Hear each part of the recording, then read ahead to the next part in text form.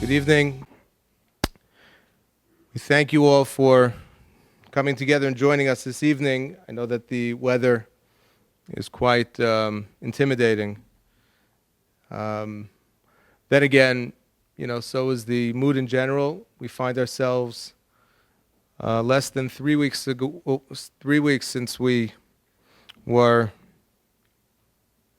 shocked by very frightening and unsettling news, which led to 2.5 weeks of continuous petition and, by some accounts, unprecedented achdus throughout Klal Yisrael, only to learn a little more than 48 hours ago that unfortunately our worst nightmares had come to be, and the entire Klal Yisrael mourns. On one level, I think our coming together this evening, without having the opportunity to hear from our esteemed guest, will already have accomplished something. All of Klal Yisrael is in a sense in a state of mourning. Every shul has become a Beis Avel. My son, I was driving him to camp this morning, asked me, it's a sharp question for a 12-year-old. He said, I don't understand.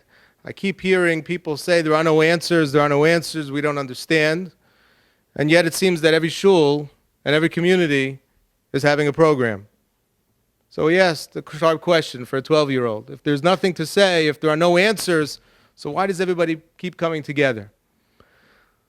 So I said to him that I remember asking my Rebbe a very similar question regarding the fact that we come together in a Beis Avel even though the halacha prohibits us from speaking. Unless the Avel prompts us, which is not a mere technicality, but fundamentally that sets the tone for a Beis Avel, we are prohibited to speak. But yet, it is incumbent upon each and every one of us to be menachem avelim. So I told him that what you see from here is that obviously there is a kiyum. There is something fulfilled by merely coming together, even if nothing is said. And so therefore, I thank you once again for joining us this evening and for allowing each and every one of us to feel a sense of comfort just by being together under these circumstances. Additionally, and I think more to the point, as I introduced Rabbi Horowitz, our coming together this evening is not necessarily to answer unanswerable questions, and it's not necessarily to solve the great mysteries which have not merely puzzled the greatest Chachamim and Nevi'im, but as our rabbis teach us, they were told, Moshe Rabbeinu himself was told, Lo Yirani Adam V'chai, the questions of Tzaddik V'Ralo, why righteous people suffer, or seemingly seem to suffer, is something that is beyond our grasp. Nevertheless, Chazal tell us that we are required in times of personal tsar and kal v'chomer in times of communal suffering to take stock, to take moment and engage at this point in a collective cheshbon nefesh. The Gemara in Shabbos tells us that echad me'chabura shemeis, if one person from a chabura dies, yidagu kol chabura, the entire chabura, the entire group, should stop for a moment and reflect. Halachas kama v'kama, as we find ourselves this evening, mourning not only the death of one person, but the tragic and unspeakable act that has taken 3 of our sons, 3 of our brothers, 3 members of our collective chabura. Rabbi Horowitz, who is our guest this evening, has been there again and again and again to hold the hand of Klal Yisrael in times where we find ourselves facing difficult and challenging circumstances. Rabbi Horowitz is the founder and dean of Yeshiva Darchei Noam of Monsey, which is a yeshiva noted for its positive child-centered learning environment. He is also the founder and director of the Center for Jewish Family Life, Project Yes, which is a national parenting organization which conducts many programs designed to promote family stability in the Jewish community. Rabbi Horowitz has become a spokesman, an advocate, an individual who has very bravely, very courageously spoken publicly again and again, within and without, of issues that all too often remain unspoken. And he has single-handedly, I believe, led an entire segment of the community to recognize that very often, while intuitively we may feel that pushing issues aside and avoiding them is the best way to navigate the challenging waters of life, ultimately to face our issues, our problems, our fears, the sources of our confusion, our insecurity head on, to speak about them and to try collectively to confront them, to deal with them, is the best way to heal our community. It is the best way to enable us and our children to live in a more wholesome and nurturing and safer environment. We thank him for his continued work on behalf of the Tzibor, and we thank him for joining us this evening. And we, once again, for those who are just coming late, we thank each and every one of you for joining us as we try to make some sense of this very difficult and challenging time in our lives.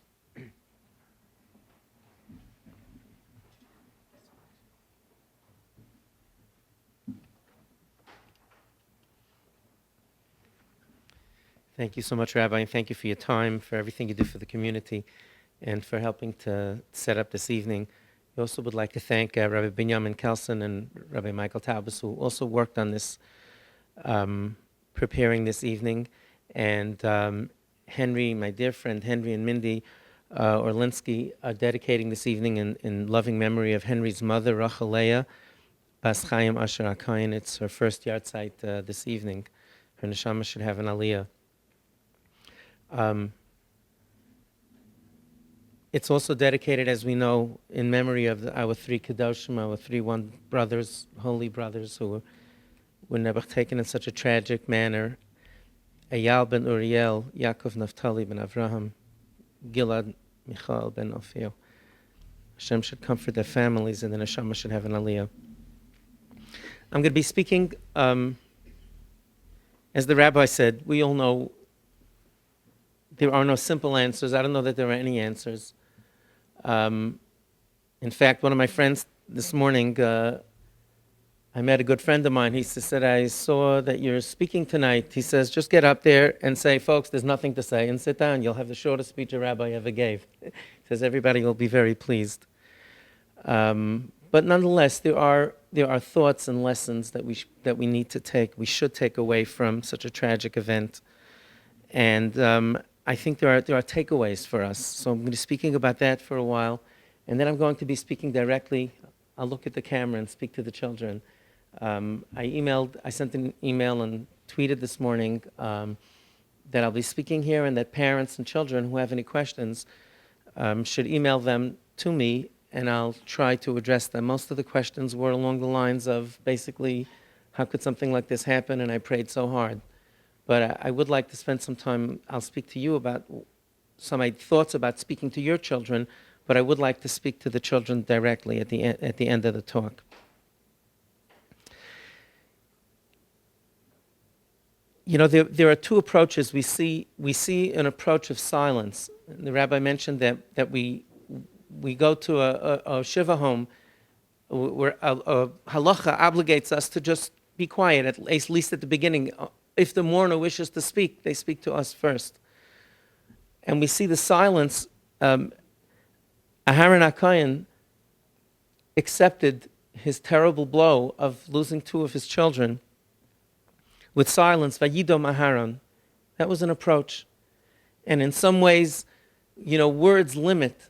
We find music expands our souls, because when we speak words, those words are limited, while our thoughts and our imagination are basically unlimited. And that's why music is expansive, because it has no music without words. The music brings us to a different level. And perhaps the silence of a mourner in accepting God's will, despite the pain and suffering, is a statement.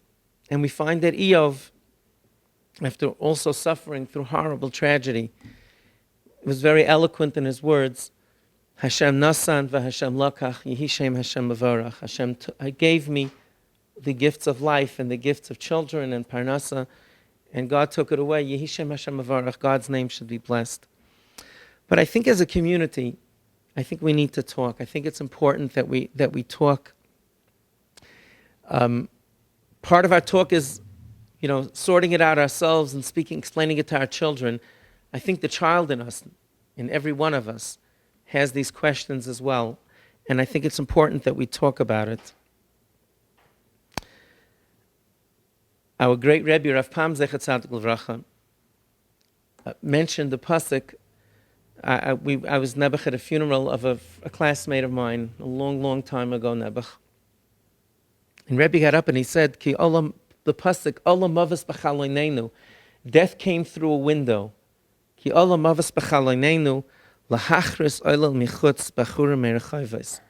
That death came through the window. And the pasuk continues at the end, towards the end, to take, God forbid, to take a child away from us, and to b'churim merechayvos. How true this was. B'churim, young boys, merechayvos from the streets. And Rebbe said that olam mavas b'chaloinenu, what does it mean that death came through the window? It means that it snuck in through the back, so to speak, through a side way. This isn't the normal way that people come. Normally, a person, all of you came, I imagine, you came through a door. You didn't climb in through a window. You came the normal way. And the normal way is that children should bury parents. And God forbid when it's reversed and parents have to bury their children. That's coming through the window. It's abnormal. It's not the normal way of the world that parents should Rahman al bury children. A close friend of mine lost a child about 25 years ago, perhaps a little more. He's older than I am. And the Kvura was in Eretz Yisrael, and Reb Shlomo Zalman Auerbach, Zechat Tzadik L'Vracha, came to be Menachem Ovel. And he asked the question. He said, why is it that when a parent mourns for their parents, there's a 11-month, a 12-month mourning period. But when a parent, God forbid, loses a child, it's only 30 days. He said it should be 5 years. It should be at least a year. Losing a parent is tragic at any age, and no matter how ill they are, it's searing to lose a parent. But to lose a child, he said, what's the 30-day thing? So he said that the Chachamim were afraid that the reason for the extended 11 months, the Chachamim were afraid that since it is the normal way of the world, that for children to bury their parents, people would forget, and maybe they would be disrespectful 5, 6, 8 months after the parent passed away. They would be at a wedding and get a little frivolous. So the Chachamim said, just show respect and stay home and keep the avelos for the year. He said, but when someone loses a child, the Chachamim had no such concern.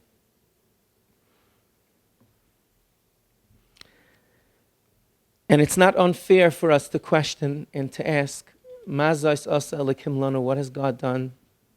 We don't understand. If anyone tells you they do understand, it's just proof that they don't. And it's certainly inappropriate to attribute any reason to such a tragedy. That's our greatest thinkers, as the rabbi said. As we all know, our greatest thinkers have come to understand that this is something that's beyond our scope. I'd like to share with you a thought that I heard from Moshe David Tendler.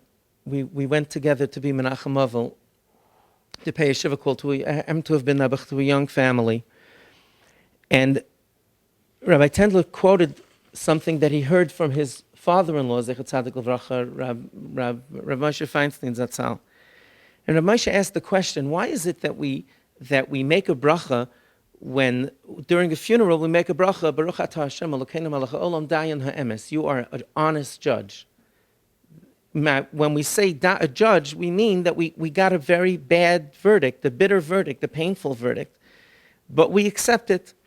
And I saw one of the commentaries, one of the Mefarshim explained that why do we say a dayan emes? One of the reasons we say dayan emes is that a human being only judges the person in front of them. There's a lot of collateral damage when anyone, chas v'shalom, gets a bad verdict in court. So there's a lot of tangential damage to the family, to the loved ones, to all the other people. HaKadosh Baruch Hu is a dayan emes, meaning every person that was affected by it. What we say is we accept our part of this. We accept our own piece of this tragedy. So we make a bracha, but understanding that it's a bad thing, and we're making a bracha accepting this. Rav Moshe says we're obligated. Chazal tell us, Kishem shemavarchen ala tov, kach mevarchen ala ra. Just like you make a bracha on good things, you should bless for bad things. And we believe, we know in our hearts, we remember from school, we remember reading this and hearing it and absorbing that we're supposed to believe that kol man da'avar dachman latav, everything that God does is for our good. So Rav Moshe says, he didn't say the word man up. I don't think he used those words, but he's basically said, so man up. If you say that it's good, so make a toiva meitiv. Why don't we tell the aval at the funeral, this is good for you. We don't understand it, but it's good. So make a bracha. Baruch atah Hashem Elokeinu melech haolam. God, we bless God for giving us good because we don't understand that it's good, but it's good for us. Rav Moshe said something so beautiful. It was so meaningful to me when I heard it. And I heard it, secondhand, of course. But Rav Moshe said is that our Chachamim in their brilliance and their infinite wisdom gave us permission to have this disconnect. The Chachamim gave us the permission to have a disconnect, to say this is what I should think, and this is what I know I'm supposed to be thinking, but that's just not how I feel right now. Right now I'm in pain. Right now I'm hurting. I don't want to know what's good for me. Don't tell me about it now. Right now I feel dayan emes, and that's the bracha that I'm going to make. And in other words, the Chachamim gave us the license to understand and to be in touch with our own emotions and not pay lip service to a madrega, a level that we may not be on. And if somebody is on that level, to tavei olav bracha, if somebody, a man or a woman, is on the level to accept such harsh news in that light, it's wonderful for them. But most of us who don't feel this way, Rav Moshe was saying that it's okay. So what's our takeaway? I'd like to talk about our chizuk. I would like to talk about what we should walk away. And just like we analyze a painful experience in our life, or sports folks analyze a loss, something that you lose a game, you lose a tournament, you lose something. The good ones sit down afterwards and say, what's my takeaway? What did I learn from this experience? And I think that there are such beautiful takeaways from this horrible experience. And I think it's something that we should talk about and spend some time reflecting on. Shlomo HaMelech, the wisest of all men, says, Toivim hashnayim min ha'echad, two are better than one. And later on he says, next pasuk, Ki im yipailu, for if they fall, ha'echad yakim es chaverai. One will lift up the other one. He'll pick him up. But if somebody falls himself, who's going to help him out? The problem with this verse is that the grammar seems to be incorrect. It should say she'im yipail. Toivim hashnayim and echad, two are better than one, because if one falls, the other one could pick him up. If yipailu, if they both fell, who's going to pick up whom? And I think what Shlomo was saying in his wisdom is that not only if one is standing and one had fallen, Toivim hashnayim and echad, which is what the rabbi spoke about, the shnayim refers to us as a group. Even if everybody's fallen, and even if everybody is hurt, it's time for us to draw strength from each other, even if we've all fallen. And I think the incredible achdus, the incredible unity of spirit that we had over these last few days was so inspiring to all of us. And we all felt this way. We all felt it in our hearts. We felt it in our souls. We saw it in the streets of Tel Aviv. We saw it in our shuls here in America. We saw it throughout the world, people getting together from all walks of life.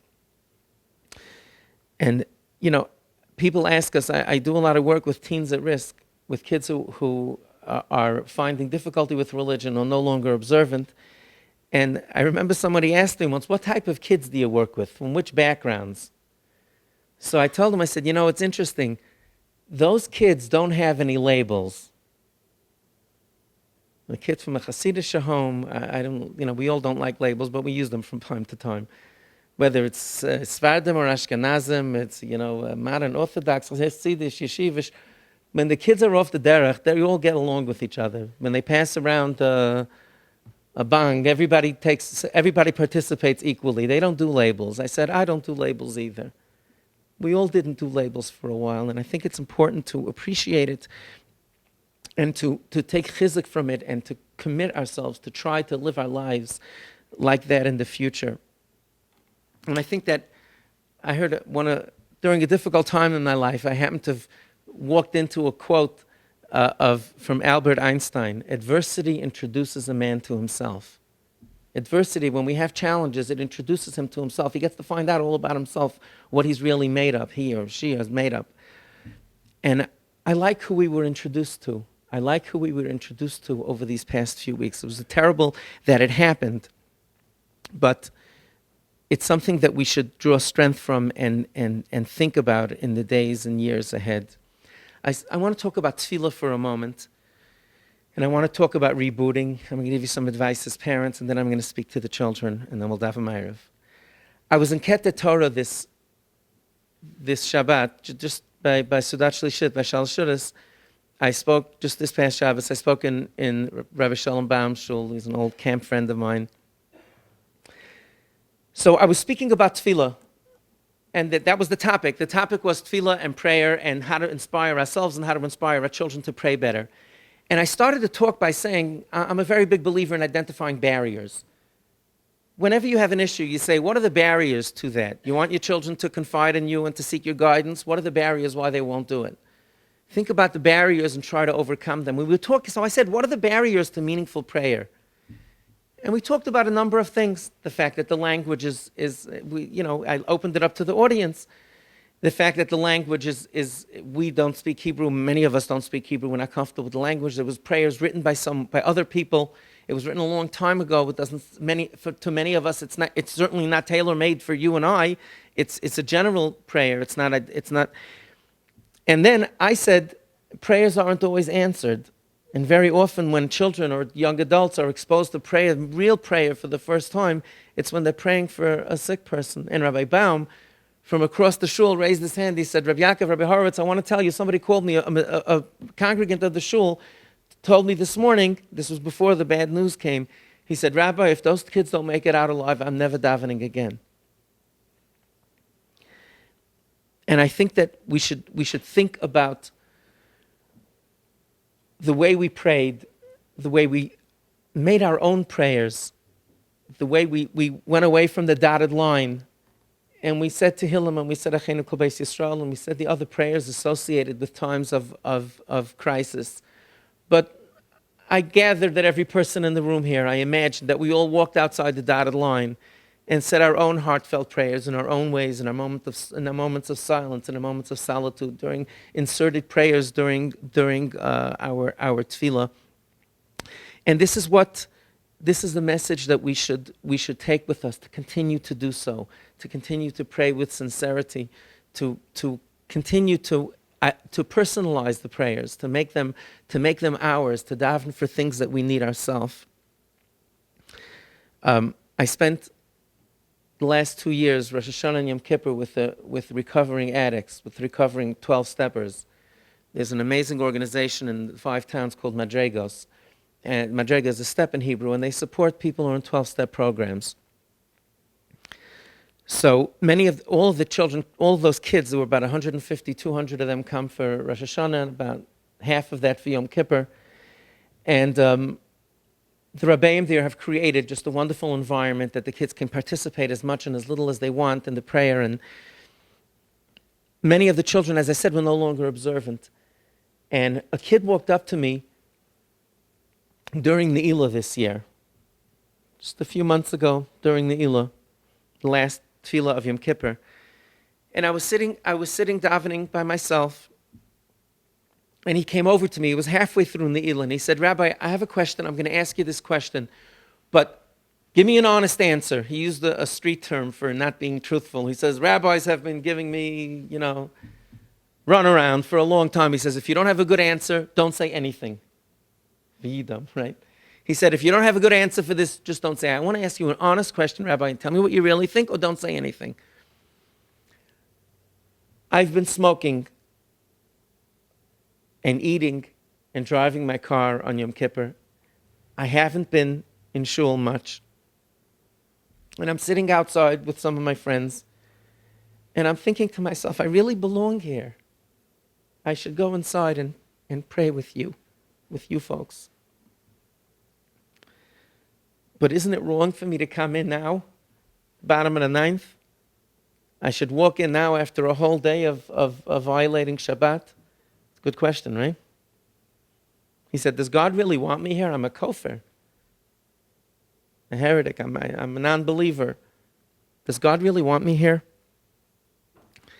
And like I do at these moments, I'm going to talk later about answering children's questions, and that's why I think it's great to be open to questions so that people can really ask you what's on their mind. So like I do when I get other questions like this, I really did a quick, stepped outside the dotted line and said, God, please, give me a smart answer. So I told him, I stopped for a moment and I told him, I said, listen, I said, in our home, our children, before they go to sleep, they come, we give each other a kiss, good night. I said, what happens if our daughter let's say she's upset with me, let's say I insulted her, I did something wrong, and she doesn't want to come and give me a kiss, good night. What I want, our daughter's here in the audience, so this never happens. If it is, it's my fault. Anyway, so would I want my daughter to come to the window of my study and just say good night to her, or would I rather she just go up by herself? So I told him, I said, a parent takes what a parent can get. I said, Mir Tashem, you'll get over this. You'll straighten your life out. This boy, by the way, at age 15, got a test on 200 blat of Gemara Baal Peh, 200 pages of Gemara by heart, before he was molested, Nebuch. And that turned him to drugs and everything else. I said, you'll get your life back together and you'll have a family. And you'll learn that a parent takes what a parent can get. And if a parent doesn't get everything they want, they'll take a little bit too. I said, your father wants to hear from you. He misses you. Come. Moved over my machzor to the side and we davened together. And that's the message that our Father wants to hear from us, not only in times of crisis, but to develop a relationship with HaKadosh Baruch Hu, with God, that is meaningful and deep, and feeling, despite the fact that our prayers, as we prayed them, were not answered the way we wanted them to be. And finally, I think we should think about rebooting, about going back to our factory settings. We all have smartphones, and they misbehave sometimes, and they start getting occasionally. They don't work any longer, and they tell us to reboot, to take it out, set it back to factory settings, and start all over again.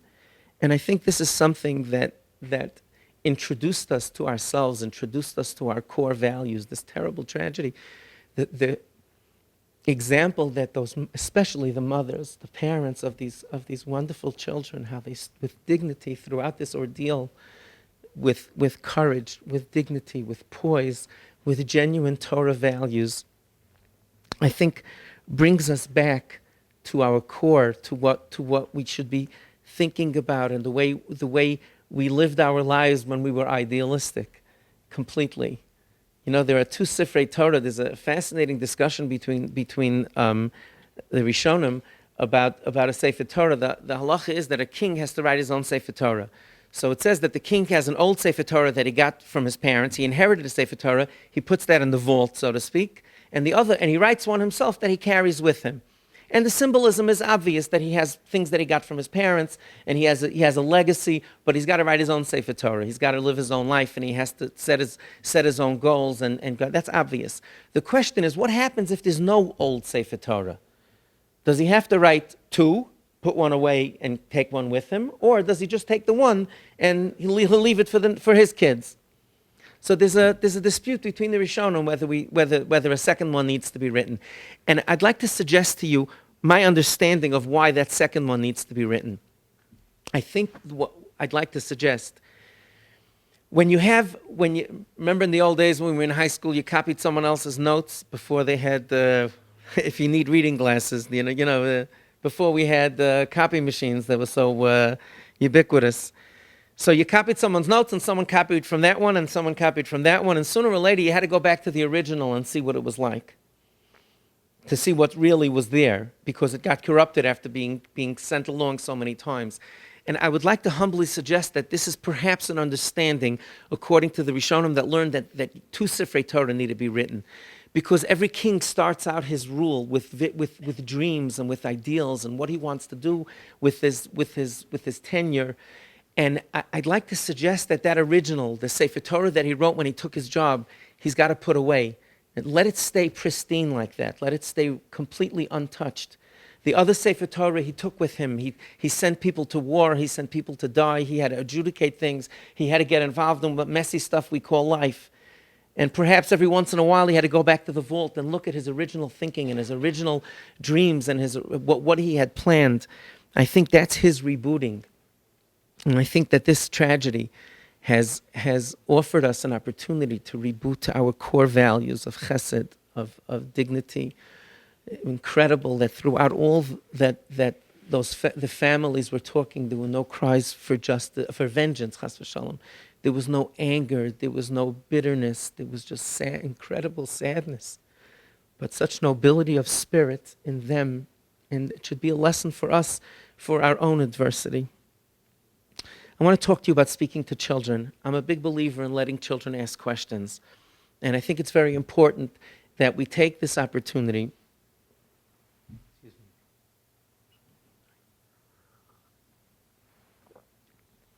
I think it's important that we take this opportunity to allow our children the comfort level to come and ask us questions. That was a cute one with the rabbi, why do rabbis need to speak if we have no answers? But the questions of why didn't God accept my prayers, and the questions that the children are asking, it's important that they do that. So don't suppress the questions of your children. In fact, there's a fascinating machlokas, a disagreement between the Rambam, Maimonides, and the Ravid, who very often quarreled in halacha, of course, not personally. He took exception to some of the halachic positions that Maimonides, that the Rambam had. And the Rambam asks the following question, and it really speaks to our system of faith that was so rocked by this tragedy. So the Rambam asks the following question. We have two sets of beliefs that seem to contradict each other. We believe that we have free will, and we believe that God knows what we're going to do in the future. If God knows what's going on in the future, how could we have free will? And the Rambam talks about this in Hilchos Tshuva, because in order to, the whole notion of schar va'onish, of reward and punishment, is predicated on the idea that we have free choice. If you don't have free choice, how could God punish us or reward us if everything we did was predetermined? So the Rambam, in common terms today, you would say he punted. He really doesn't answer the question. He says what the rabbis are saying today to the question of tzaddik v'ralo. It's the same. He really has the same answer. He says it's that God lo machshavosai machshavosechem. We can't understand God's world.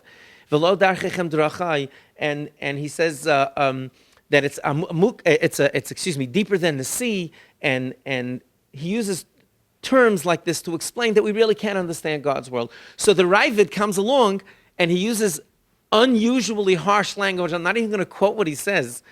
It's really harsh language. He basically says, what was the Rambam thinking? Why did he ask a question if he didn't have an answer? He should have left it to bitachon. What did he go ahead and make a whole tumult for and leave questions in readers' minds that we don't have an answer to? The Rambam didn't get the bat. He didn't get the answer back. But years later, the Kesef Mishnah writes in his Pirush on the Rambam, in his commentary on the Rambam, he says, any thinking person is going to have this question. Any person who thinks and is philosophical is going to have a question like this. There are two obvious. So let them know that the Rambam struggled with it too. It will comfort them. Let them understand that this was a challenge.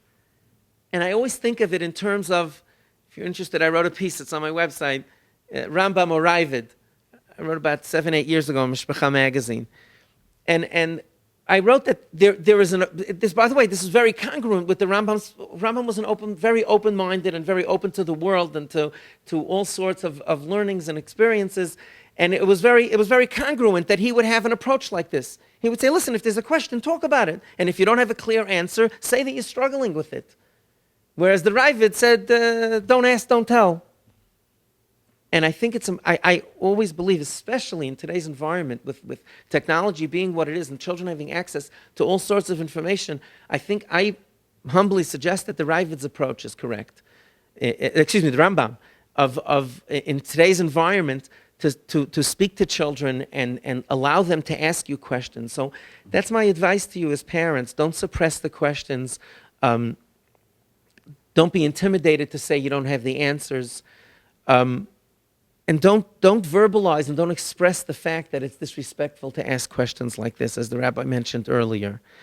I had a incredible experience with Rav Shmuel Kamenetsky. A father in Flatbush called me, and he said that his Mitsuyan son, his son was an outstanding Talmud and really was a great, great kid, learning well and achieving very high success in school. He was 17 years old. He came home, and he said, Tati, I really don't believe what they're telling me in school. Did the Mabul really happen? And was this, Hashem really create the world the way they said? I really don't believe that. So the father calls me up and says, what should I do? What do I tell him? So I said, you know what? Rabbi Kamenetsky is our posek. I'm going to kick this one upstairs. I would love to hear what Rosh Yeshiva has to say. By the way, he's the most practical, down-to-earth person that you can ask anything to and get, very wise and down-to-earth answers. But I told him, I said, listen, in the meantime, I just want to tell you, you're a great parent, because very few children would be comfortable asking this to their father. So kol hakavod to you. You're doing something right. Until I get back to you, just know that you're a good parent. You did what you should have because your child, proof is in the pudding that your kid was comfortable talking to you. So I called Rav Shmuel, and before I did, I wrote down a few answers that I thought he might give. I said, which one is he going to give? I wrote them down to myself. I said, let's see how accurate my thinking was. And he answered totally nothing that I had even thought of. He said, tell the father you should tell his son that David HaMelech says in Tehillim, Yemei shnoseinu behem shivim shana, that our life in this world is 70 years long, 70, 80 years. And what he was saying is that we have this finite amount of time to understand God's Torah and to become close to his world and to be in touch with our infinite soul, to take some time away from our finite world and touch God Spirit, which is infinite. So tell him he has 70 years to understand the Torah. So tell him he has 53 to go. That was the quote. He said, tell the son that he has 53 years to go, and Mirz Hashem, over the course of his life, he'll get closer to the truth as time goes on. What an incredible answer that was. I encourage us to think this way. And one final thought before I say a few words to the children. I think that it's important to explain to children that when there are things we don't understand, we should deal with what we do understand. I'm going to give you, it might not have been that clear, I'll tell you a very profound and painful story that I observed and what its message, I think, is. There's an amazing organization called Links that supports girls who lost, young ladies, teenage girls who, Rahman al-Islam, lost a parent. And I lost my father at age 3, so I'm a softie for these organizations. They call me, I just say, tell me where and when do I show up. So they had a Shabbaton that I participated in. And my mother remarried less than 3 years after my father passed away. And my topic, I spoke 3-4 times over Shabbos. Friday night, I spoke about remarriage and the children encouraging their parents to do so. But what I really wanted the children to be honest with me. And I asked all the adults who were on the program if they would mind. Beforehand, they said, listen, by Q&A, I wanted to create a safe zone for the kids to ask questions. would you mind if I asked all the adults to wait outside while I take the questions? There were about 50, 60 girls, in the audience. So they did that, and they started asking questions, and one was more painful than the next. It was horrible to listen to. And a girl got up. I'll never forget it as long as I live. She says, Rabbi Horowitz, during Shiva, a Rebbitzin, you just said that we should. You just said, encouraged us to have our parents remarry. She said a Rebbitzin came to Shiva house, and she said that you're going to be reunited with your mother in Gan Eden. Gan Eden is where everybody's neshama goes. So your whole family is going to be together with your mother in Gan Eden. She just went there first. So this girl asks me, well, if my father remarries, where's my mother going to go? She said it was such pain. It was so hurtful to listen to. It was such searing pain. Softly, she wasn't loud at all. Just a heartbroken cry. Where's my mother going to go? How could you tell me my father should remarry? Want to talk about finding an answer to a tough question? So I told her, I said, I hate to break it to you. The Rebbitzin didn't know 100% what goes on the other side of the curtain. I don't know what goes on the other side of the curtain. Nobody really does. Nobody's been there and back that spoke to any of us. She wanted to comfort you. I'm sure she meant well, and maybe there is some sort of understanding on that level. But right now you're here, and in this world, your father needs someone to help him raise the children. She was the oldest. I said, when there are things that you don't understand, deal with the things that you do. And you know that your family needs a mother to help out. So encourage him to do it and be supportive. It's very difficult for a woman to come into a house with a teenage daughter. If you're going to drag your heels, he probably won't be able to pull it off. It so happens, by the way, that the girls, they stayed up. I got up in the morning at 5:30 to go for a walk, and most of the girls were still in the room talking to each other. Not about my speech, trust me. But, they were just enjoying the bonding that they had with each other. And the head of the program called me about 6 months later that the girls had made 2 shidduchim among themselves that went to the finish line. That Nebuch, one girl lost the mother and one girl lost the father. They were sitting there making shidduchim to each other. But I think the story has a profound message. We cannot base our actions on things we don't understand.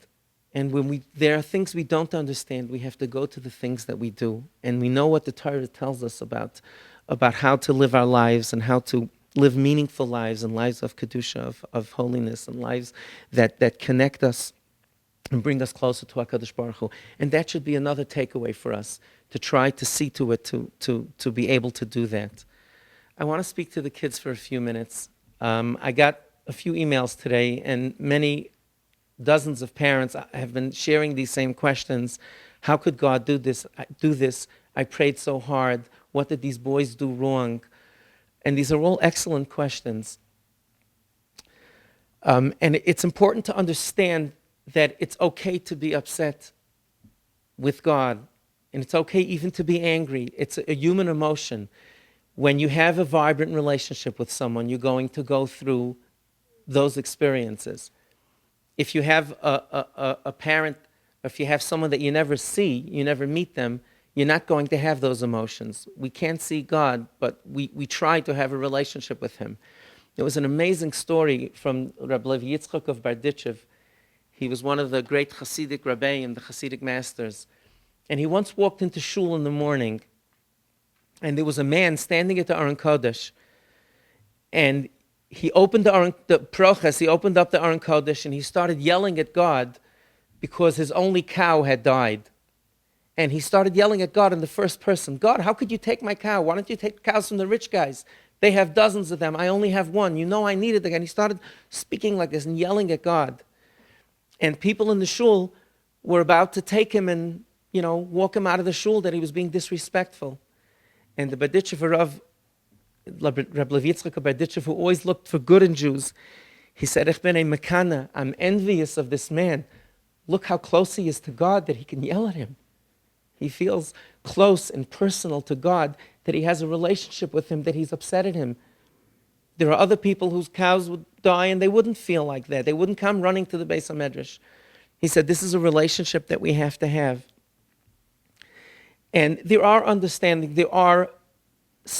many explanations that are given by our thinkers, by our tzaddikim over the years. Most of them relate to the fact that we're only here for a finite amount of time. We're only here for a period of time. And just like you can't jump into a play for a minute and a half and understand a 2-hour play and understand what's going on and why certain people are punished and certain people get things because you're in middle. And the same, we can't understand. We're only here for a short period of time. We don't have God's view. And therefore, when Hashem told Moshe Rabbeinu that you can't understand me during your lifetime, it was a fact. We just cannot understand those things. Some other analogies are given. You could think of it in the short term, like making a scrambled egg, and you say, why would you waste good eggs? And then you see, obviously, what comes at the end. There's another analogy that's given about planting, where someone who had never been to a farm saw a farmer take a beautiful field and make mud out of it, and then take good seeds and throw them into the ground. And at each step of the process, he was wondering what was the point in this until he saw the end. Now, this doesn't explain why 3 wonderful kids died. Obviously not, but it is some understanding into this phenomenon. And I think that it's important that we understand that just like the Gemara ends sometimes with the word teku, meaning this is something we won't understand until Eliyahu Hanavi comes. There are some things in this world that we just won't understand. And as much as we know what we're supposed to think and what we're supposed to believe that it's for our good, the fact of the matter is some things are beyond our comprehension. My father passed away 51 years ago. I was 3 years old. Makes no sense to me now. And I'll probably die feeling the same way. I should have a long, long life, but I'll live the rest of my life with that same question. So why do I believe in God if I don't understand everything? And I think it's important to understand that faith and bitachon, by its very nature, requires that a little bit of a leap at the end. I often give an example of dating and marrying. When we date, we're never 100% sure that our spouse is right for us. My wife is in the audience. I was sure all along. Okay, but we're not really sure. We're not 100% sure. It's impossible. No one would ever get married if we waited for 100%. So people date, and they start at 2% and 10% and 20%, and sooner or later they get to a point where they're comfortable taking that last little leap. And some people will be comfortable at 70%, and some people will wait till it's 98%. But nobody's 100% sure. And we take that leap of faith because we're compatible, and we say that last little bit we'll have to trust on faith. And that's the way God is in this world. God created this world where his presence is hidden from us, and we don't get to see and understand everything. And because we know our Torah to be true, and we know that its lessons are true and just, and we take that last leap of faith, even for things that we don't understand. And this is one of our greatest challenges in religion, is to be able to take that last bit of faith with God, with HaKadosh Baruch Hu. And when we think of conversing, think of a conversation. I know that you all prayed so hard during this time, and that's as we did as adults, and that's what makes it so painful. But it's important that we keep this relationship with God, because when we learn Torah, God is speaking to us. And when we pray, we speak to God. And this is a conversation that we should keep going throughout our lives. So feel free to speak to your parents about questions that you have. Speak to a Rebbe, a Mora, a teacher you have, someone in the neighborhood, a rabbi, a rebbitzin, someone that you find to be wise and understanding. And ask questions. Questions are good. Our culture, our religion, the Torah always encouraged the asking of questions. From the original time of the Seder, It's something that we've always encouraged, challenging questions and growing to think about it. It's not a sign of disrespect if you ask these questions. It's a sign of seriousness. It's a sign of commitment. I worry more about the people who don't ask the questions because they're not in the game. So may Hashem comfort all of us on this terrible loss, and Hashem should leave us all with these takeaways of a celebration of our peoplehood, of the achdus that we had together, a continuation of that achdus, of the tefillah, of our meaningful prayer, of the chizuk that we got from one another, of the incredible lesson, the incredible modeling that those amazing, amazing parents showed us, a life lesson about how to take adversity and how to take challenge. Hashem should comfort us with the ultimate comfort with the building of the Beis HaMikdash, and we should know from no more sorrow. Thank you very much, everyone. Thank you, Rabbi Horowitz. We're going to daven Mariv, and following Mariv, going to ask if you're able to remain for Mariv, that we're going to say 4 Prakim of Tehillim afterwards, as was mentioned, and everybody realizes that for the past 3 weeks, we said Tehillim every day with a specific agenda, specific goal and motivation in mind. I think it's very important that even as we, on a certain level, have been disappointed by the outcome, we demonstrate, not just symbolically, but in a very real way, that our tefillos continue, that we continue to work at the Tehillim to make it a part of our life. At the conclusion of Tehillim, was recited Kel Maleh on behalf of the 3 Kedoshim. Once again, we thank Rabbi Horowitz for joining us this evening, and we should come together for Simcha Zona.